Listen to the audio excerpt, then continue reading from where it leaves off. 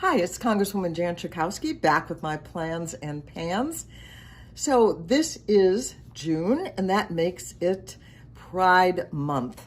And I want to wish everyone in the LGBTQ community and friends and family a very, very happy Pride. So there is not going to be the traditional end of last week in June, beginning of July, march. The Pride Parade is not going to happen then, but guess what? It's been postponed, and there will be a Pride Parade in October. I'm looking forward to that. It's my favorite parade. But in the meantime, there are lots of smaller events that are happening, so people are definitely celebrating. Although there are some states when they're not exactly celebrating Pride Month. Instead, they're using this month to really go after particularly trans people by passing laws that would make it more difficult for them. So we still have a lot of work to do. One of the other things I did this last week actually, was to go to Belmont Beach, which is pretty famous for the rocks there that have been a gathering point for a very long time for people in the LGBTQ community. And that happened all during the AIDS epidemic as well, when everyone really, including me and my husband, lost dear friends to the AIDS epidemic. But what I did last week was go to a very moving event, and it was in person at the Rocks, where we dedicated the AIDS Garden, the Chicago AIDS Garden. The Mayor Lightfoot, spoke. I had the opportunity to say a few words along with my colleague Mike Quigley. There were a number of elected officials who spoke at the state and the federal level. It's the first real place of commemoration and memorializing of the people that we lost in the AIDS epidemic. And I think it'll be a very important place for reflection, for celebration of life now. But also, it's important to know that there are still people suffering right now with AIDS in Chicago, and we still have work to do to make sure that it's particularly among young people, that they're educated and we help them with this really difficult disease that right now is not taking lives like it was back in the 80s. I've been introducing a number of bills, and I wanted to tell you about a couple of them. I introduced an auto safety package this last week. One of the bills in it is called Park It, and it deals with keyless ignition systems. The problem with that is that you don't always know that if the car is on or off. And the fact is that we have lost people to carbon monoxide poisoning because of that. And so we want to make sure that there's a way to know for sure that the car is turned off. Also introduced as part of this package, the 21st Century Small Cars Act.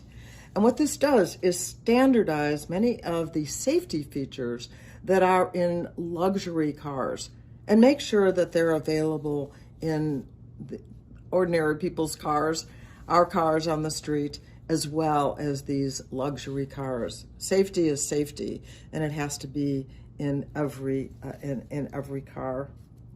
The other thing that I introduced is the Age Act.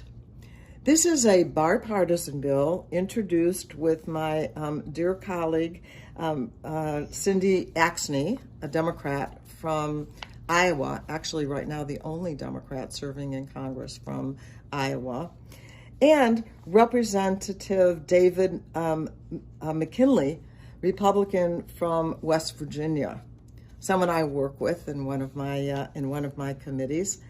And what it would do would be to create a tax credit for taking care of ill or aged relatives in your home, and you would get a tax credit for that, because it really can be devastating to a household economy if someone can't go to work. And so this would be a great help. I'm looking forward to passing that bipartisan piece of legislation. Now, I have a few announcements I wanted to make sure that you knew.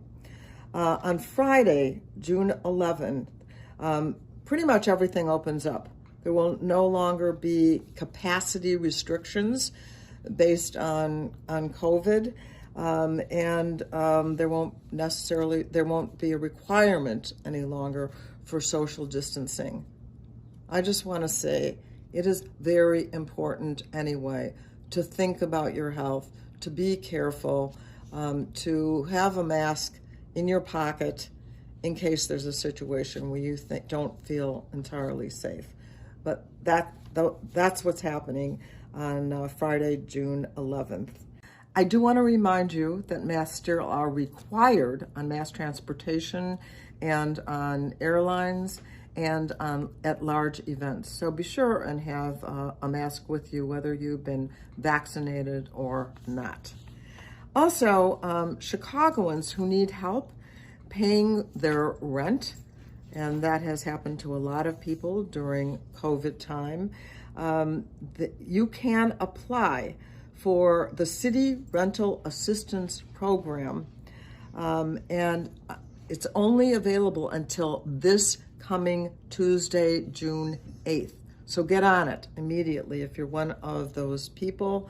And the link is in my video description, so you can look for it even before you sign off here.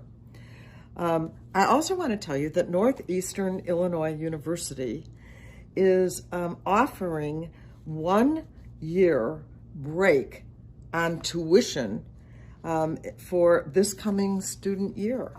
And so, you can take advantage of that. Northeastern is in Chicago, so go for it.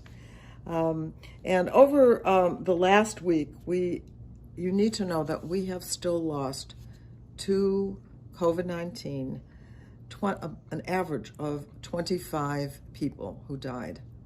Know this, 98%, according to the head of healthcare for the city of Chicago, 98% of those deaths were people who were not vaccinated. And so if you have not yet been vaccinated, it's easy now. Most places are walk-ins. You can go into your pharmacy and get a vaccine. Check it out. It's time now. Millions and millions of people now have had the vaccines. So those of you who think, well, it's still just an emergency vaccine, no. This has been tested probably more than any other drug that's ever been produced. So don't be afraid. Be brave. Have courage. Get yourself a vaccine. We'll all be healthier.